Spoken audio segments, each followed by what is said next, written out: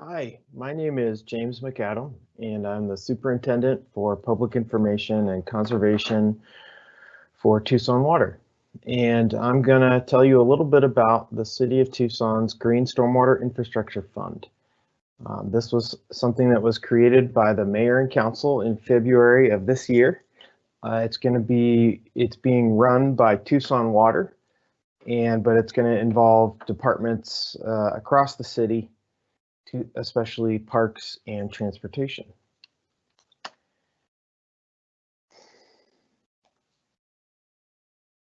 Okay, so on the left is a part of the copy that all Tucson Water customers received in April of 2020 with their water bill that talked about the GSI fund, and it's a good resource. It's available on the website for the program, which is tucsonaz.gov/GSI.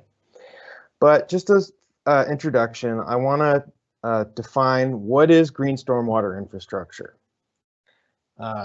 Basically, before we get into the technical definition that's up here on the screen, most of us would recognize green stormwater infrastructure is just landscaped areas that are intentionally designed to collect stormwater runoff, rainfall runoff from surfaces like parking lots, streets, sidewalks, buildings, and the landscaped areas are designed to spread that water out, sink it into the ground, and use that water as a passive irrigation source for vegetation. It's very simple. Basically, you dig a ditch, put water in there, dig a ditch, design it so it catches water from an adjacent surface and plants some plants. Of course, there's a lot more to it than that, but that's the basic concept.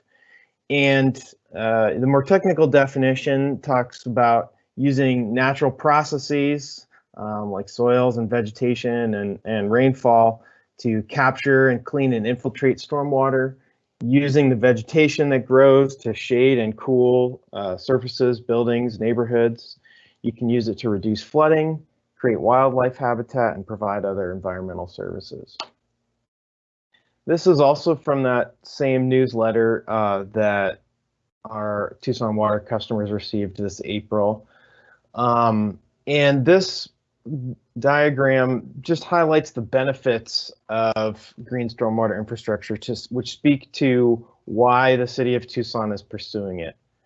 On the bottom, you see stormwater collecting on a street, and you can create penetrations in the curb, either like a hole or a curb opening, to take that water off of the street and bring it into the landscaped area.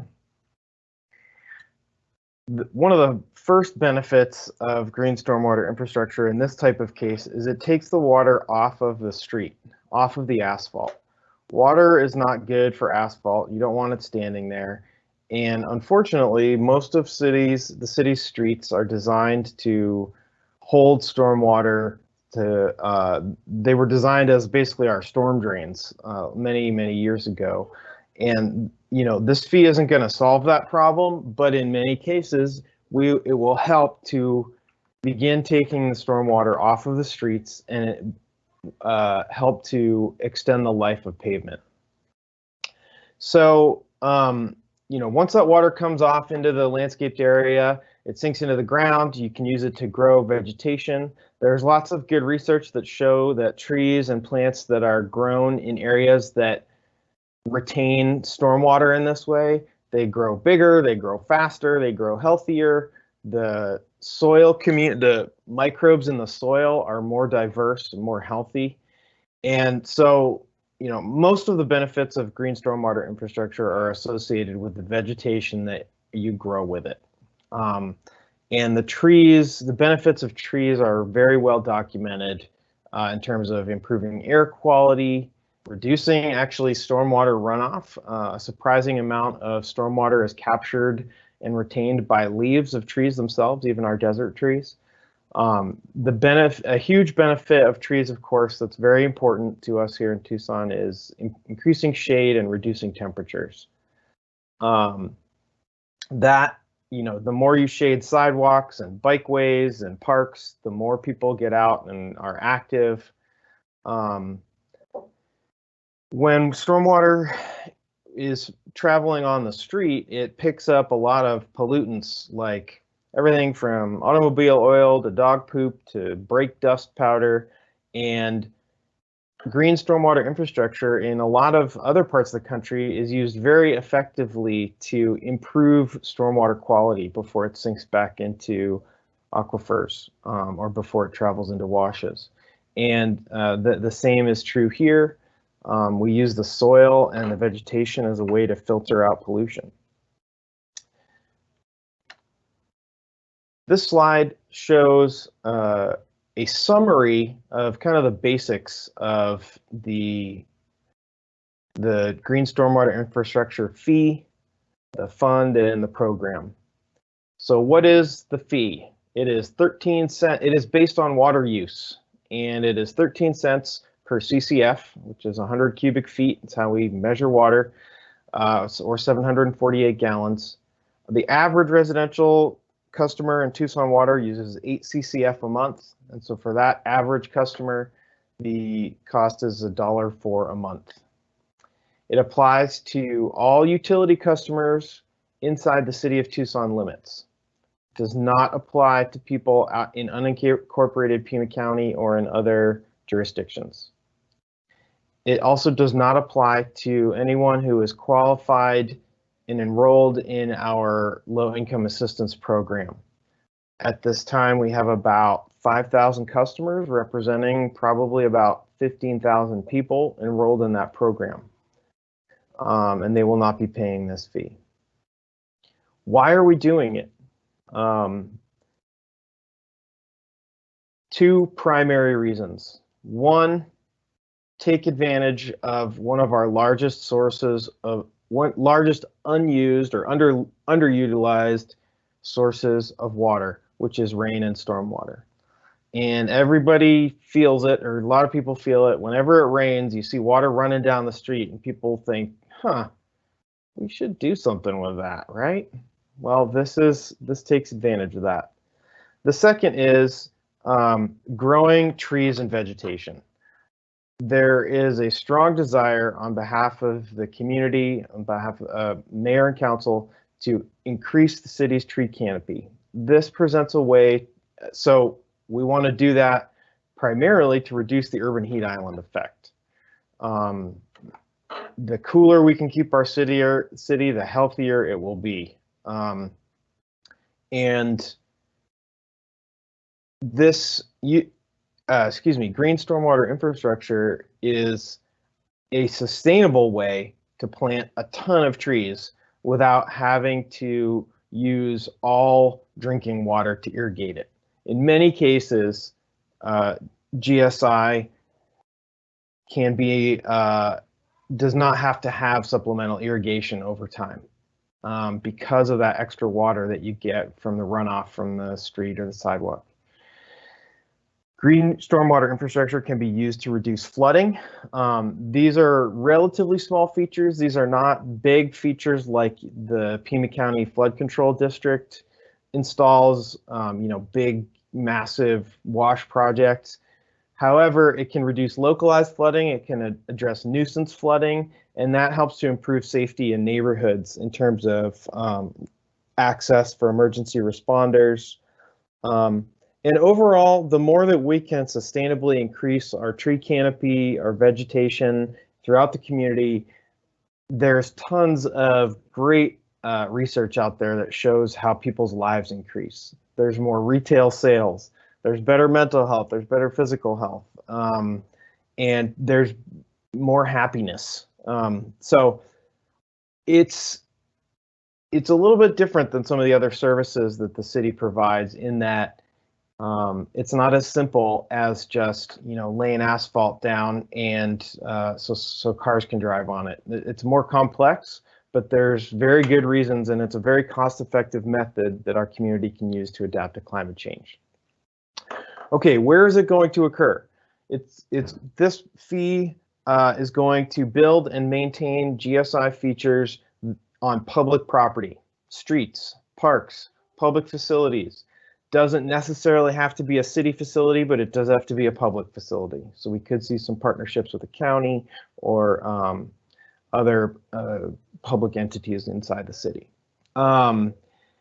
Our intent is to equally distribute the funds more or less throughout the city, throughout the wards, and that within the wards that there would be prioritization for the underserved communities. The poorest parts of our community are the parts that tend to be the hottest, and they are hottest because they've got the most asphalt and then the least amount of vegetation. They also have the residents with the least ability to pay to crank up the AC, get that swamp cooler tuned up. In some cases, don't even have cooling at all, just have fans. When is it going to happen? It's happening right now. As of April 2020, we are calculating people's water use, and in May, customers will see it on their utility services statement in May 2020. This is a 3-year pilot program created by the city's mayor and council. In 3 years, it automatically sunsets unless the mayor and council take affirmative action to re-up it. The fee is expected to generate about $3 million a year. The initial budget for the first couple of years has earmarks about $300,000 to maintain existing features that are already out there, and I'll get into that a little bit. And most of the remainder for construction of new projects throughout the city. About $400,000 is intended to hire staff, provide materials, and services that would allow us to administer the program. A little bit of background. I'm not going to get too much into this, but just a quick summary. This thing on the right, this picture is a traffic circle in a neighborhood. Lots of neighborhoods in Tucson have asked for and received funding to install these kinds of neighborhood traffic calming devices.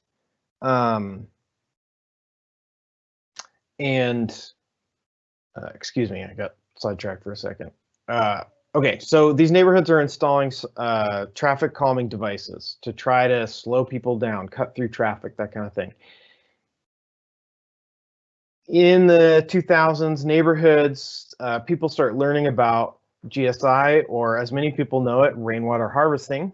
And they ask transportation department, hey, put curb cuts in, put basins in these things, and they can also capture stormwater, and we can put trees in there.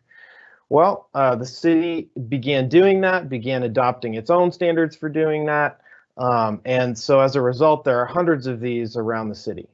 Unfortunately, what we have seen is that as that was happening, the city was really not able to maintain them, and got to the point where neighborhoods had to agree to maintain it themselves. And in some neighborhoods that has worked, in many neighborhoods it has not. And a lot of them look like this or much worse, where the sediment's filling up the basins, there's too many trees, it's scrubby, there's weeds, there's trash, and they become an eyesore to the point where some neighborhoods have actually had them removed. In 2013, and so I will say this fund intends to address that maintenance issue. We've gone out and inventoried all the traffic circles in town, and there's also some medians and chicanes, which are like curb bump outs on the outside of the street. And this fund will maintain those features that actually do collect stormwater. In 2013, the mayor and council directed the Department of Transportation to adopt a green streets policy, which requires that all new streets, all reconstructed streets must capture and retain stormwater using GSI. A great example of that is Grant Road, the RTA funded project that you see between like Oracle and Campbell right now. There's lots of, that's probably one of our best examples of new GSI on a major street. This fund will fund GSI on minor streets in neighborhoods. Transportation Department has the major streets covered already in terms of construction and maintenance of new GSI. The neighborhoods is where the problem is, and the neighborhoods is where we want to be installing a lot more because that's where people live. Okay, in 2016, again, the mayor and council directed Tucson Water to implement a neighborhood program where neighborhoods could apply for grant funding to get these kinds of features installed in their neighborhoods. We've partnered with Tucson Clean and Beautiful and have been, or just ending a 3-year pilot period for that. That program will be continued in some form under this new GSI fund. We're currently in the process of reviewing that program, what's worked, what hasn't, and are going back to mayor and council sometime in 2020 to talk about what does that look like going forward. In 2018, more than 2 years ago, the mayor and council directed staff to begin looking at options for creating a GSI fund. They wanted to address flooding, they wanted to address the urban heat island, they wanted to put rain and stormwater to use, they wanted to green the city and do it sustainably. And so that's how we got to where we are today. This is what people's utility services statements will look like starting in May of 2020. This is a large commercial customer example. Obviously, most people's bills are much lower than this. But the point is to call out on the front and the back, the icon, the Green Stormwater Fee, how people will see it on their bill. It does have its own icon. And this is important that it is technically and really not a water fee. This is not included in Tucson Water's cost of service modeling. It is not considered part of Tucson Water's rates. Ultimately, this is its own program within the city of Tucson.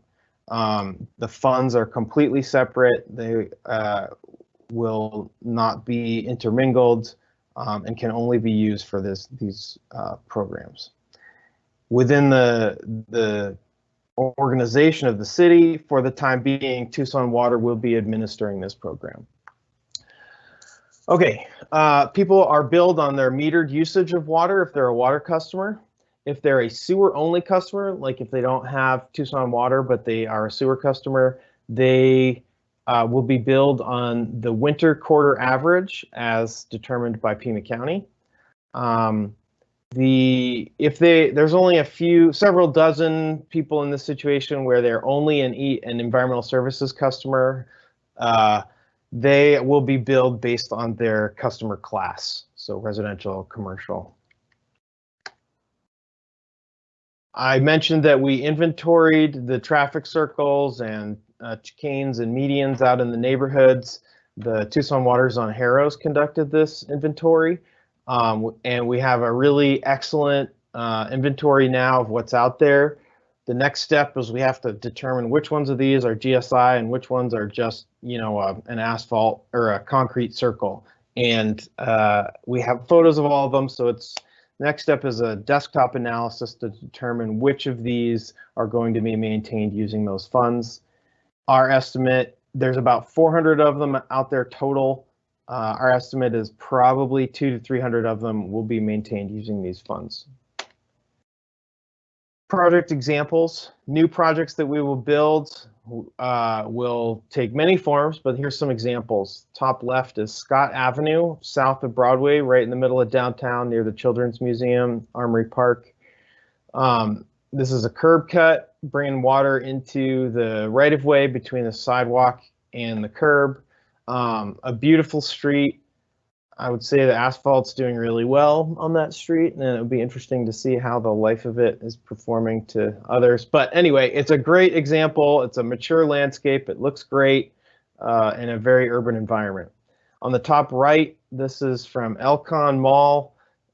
This is something a developer put in to meet their stormwater retention requirements, but it's a nice example of you can bring stormwater in from the street and bring it into a nice big swale. We call this sort of gentle, long depression, and have some really nice looking vegetation.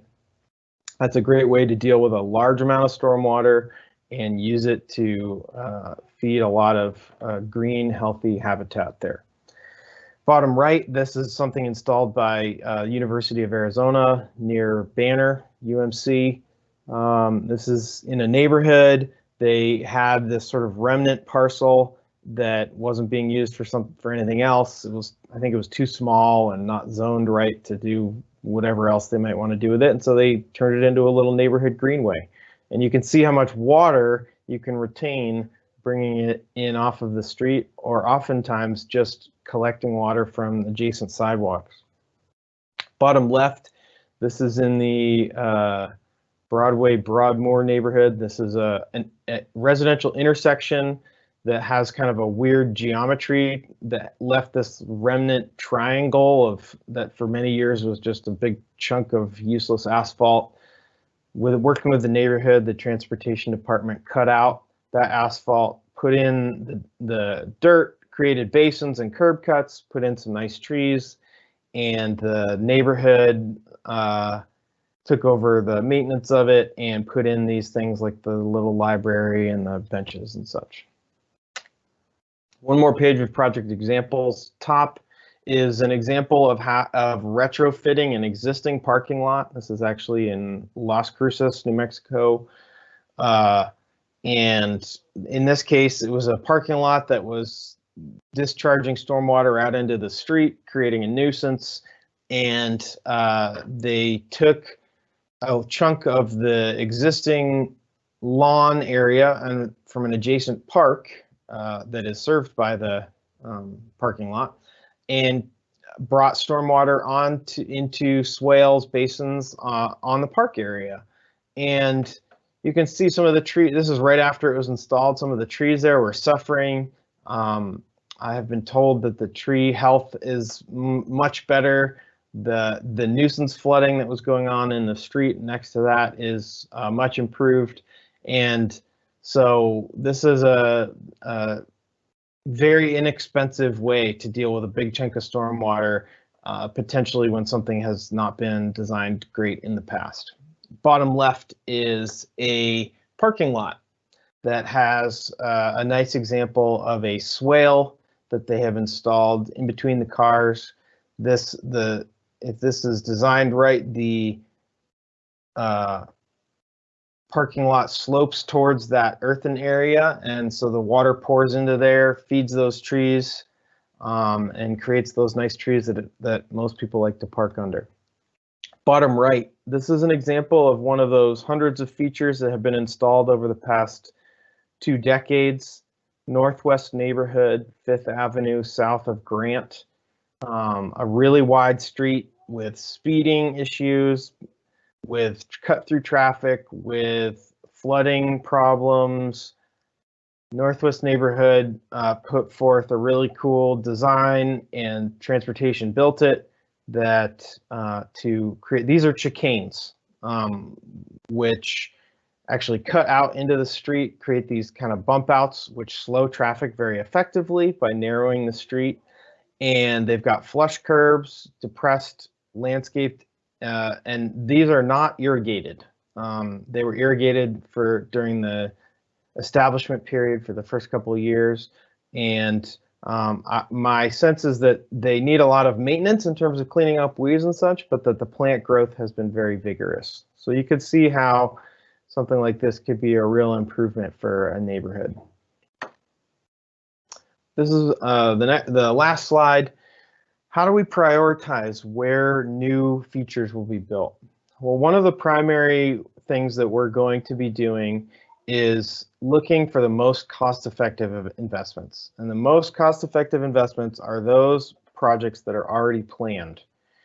Proposition 407, passed by voters, has dozens and dozens of projects, greenways, parks improvements, parking lot improvements, and bike boulevards through neighborhoods where we're trying to encourage biking and walking, make neighborhoods better and safer, where we're ripping up old parking lots and parks and putting in new asphalt. And so we're in the process of reviewing those projects to determine which of those could we add more green stormwater infrastructure to. If you're already ripping up a parking lot, that's the perfect time to put in some new curbing, some new vegetation, some new rainwater harvesting catchment areas to get a very inexpensive boost in terms of how you're managing stormwater and how you're greening that area. Beyond that sort of cost effectiveness, leveraging on top of other projects approach, our priorities relate to addressing neighborhood scale flooding, so nuisance flooding in neighborhoods. A big priority is increasing the tree canopy across the city.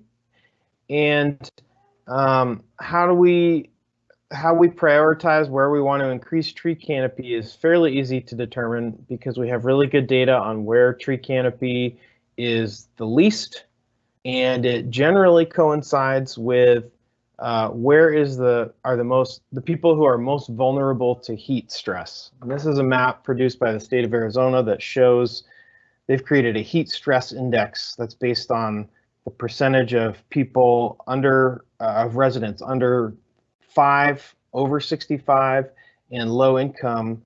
Those are the people who are most vulnerable to heat-related stress and illness.